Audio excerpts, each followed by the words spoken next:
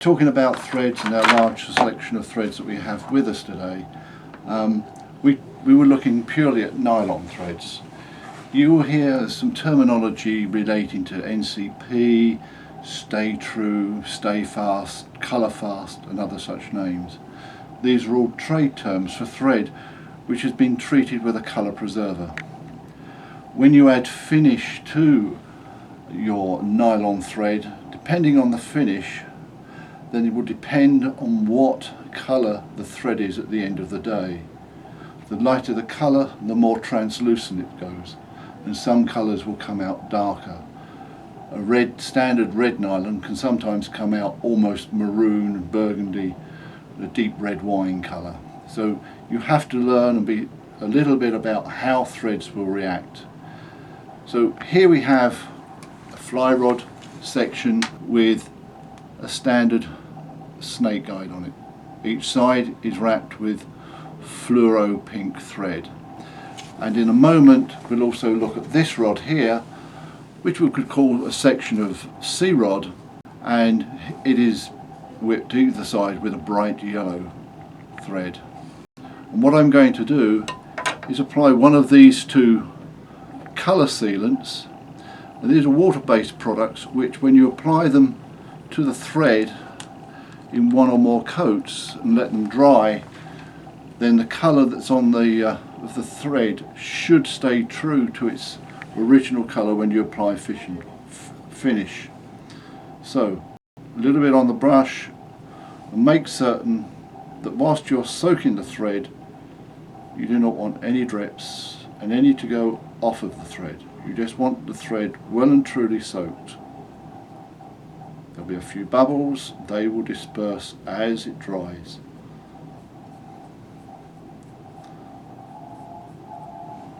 Working the preserver into the thread.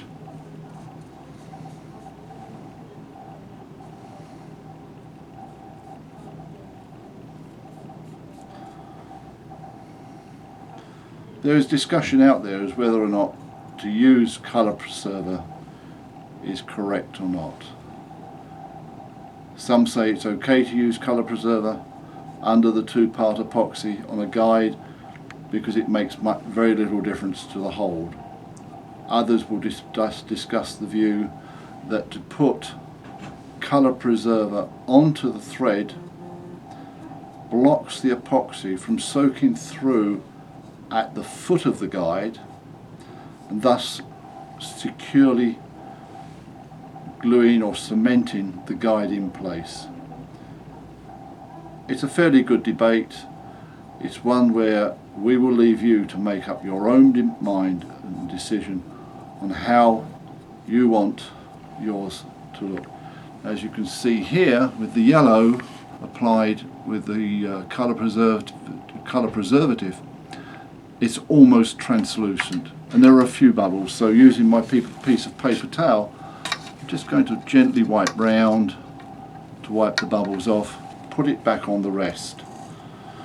I'm going to bring the pink back in just to have one final look to see if it will take a little more to dry. Leaving it to dry 24 hours. 2 or 3 coats, 1 coat a day for 2 or 3 days.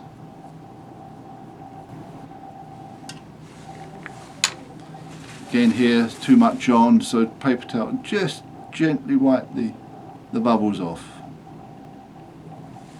That's it, and I'm going to put this on the other side of the rest, and these can now both dry overnight to have a look at tomorrow.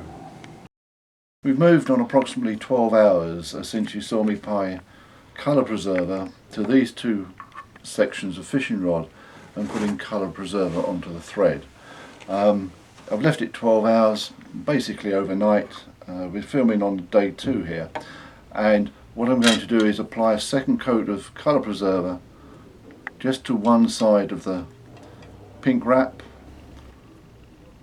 This time it doesn't soak in quite as much but sits on the top. Just make certain you've got a nice even coat all round the thread. Leave it for a moment. While leaving it for a moment, we can do the second one. Stand that down there out of the way, otherwise the big guide will knock it out of the way, knock it off the stand.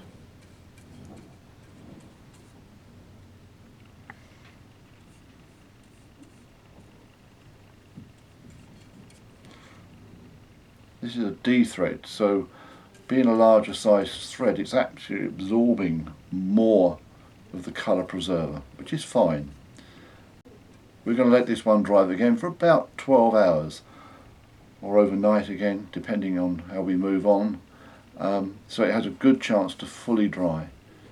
In certain circumstances you may even need to put a third coat on, but we'll have a look at this later to see how it's dried and whether it needs any more coats.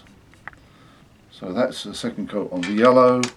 I'm just going to check to make certain there's no air bubbles and not too much excess of the preserver on the pink. Just gently wipe the surface off. Don't wipe it all off, just the surface off. Look at the yellow. And if I bring the yellow over to the camera lens, you can see that the yellow's almost gone translucent for a second time, showing that the D thread has soaked up the colour preserver.